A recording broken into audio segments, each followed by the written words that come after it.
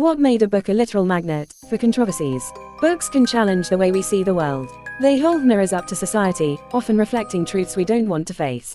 One such book is Kim Jiyoung, born 1982, a novel that sparked outrage, debates, and even backlash against celebrities who dared to read it. But why? What's in this story that's so controversial, it caused an entire country to react? Written by Namjoon in 2016, the book tells the story of an ordinary woman living in modern Seoul. Kim Jiyoung's life isn't extraordinary. She's a wife, a mother, and a homemaker, the usual. But the story reveals the deep, quiet discrimination she's faced her whole life, from childhood through adulthood, something so subtle that every single woman has learned to move on as the usual. From being overlooked at work, to being pressured into motherhood, Jiyoung's experiences reflect the struggles many women face. It's a story of frustration, exhaustion, and the slow erosion of identity, where women are expected to accept less, and feel guilty for wanting more. Because who needs dreams when you can have societal expectations, right?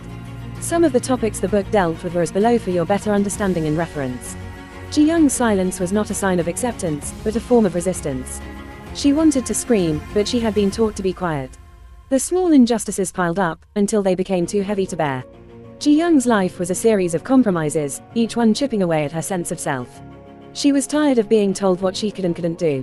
Jiyoung's story was not unique, but it was still important. A time when the government had implemented birth control policies called family planning to keep population growth under control. Abortion due to medical problems had been legal for 10 years at that point, and checking the sex of the fetus and aborting females was common practice, as if daughter was a medical problem. When KJB 1982 was published, it not only sold millions of copies and became a bestseller, but it also ignited a nationwide debate. While many praised it for giving women a powerful voice, some groups felt it overstated the problem of gender inequality and perceived it as an attack. Things escalated when many Seoul women faced backlash just for reading KJB 1982.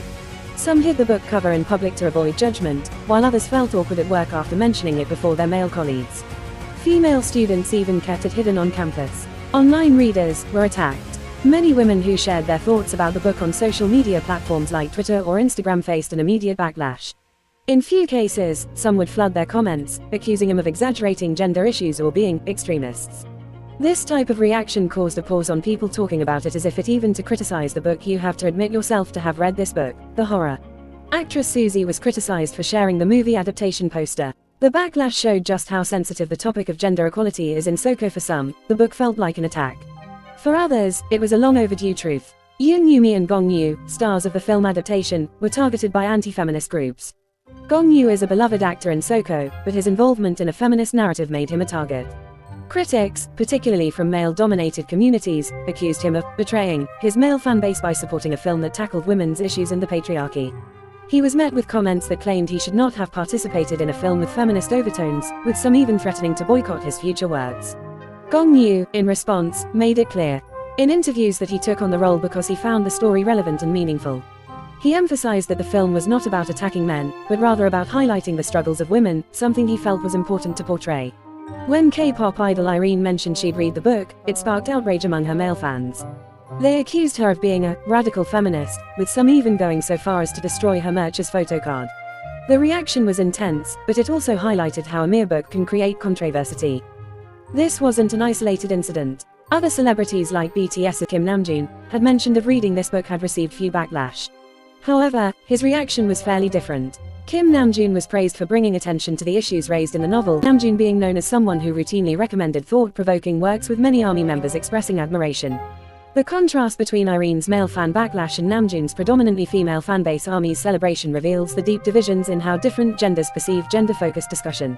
While Irene encountered hostility, Namjoon became a symbol of support mainly celebrated by the Seoul women and women across the globe. It was as if reading KJB 1982 became an act of rebellion. So, why does it such discomfort? Perhaps it's because it resonates with the experiences of countless women and compels society to listen.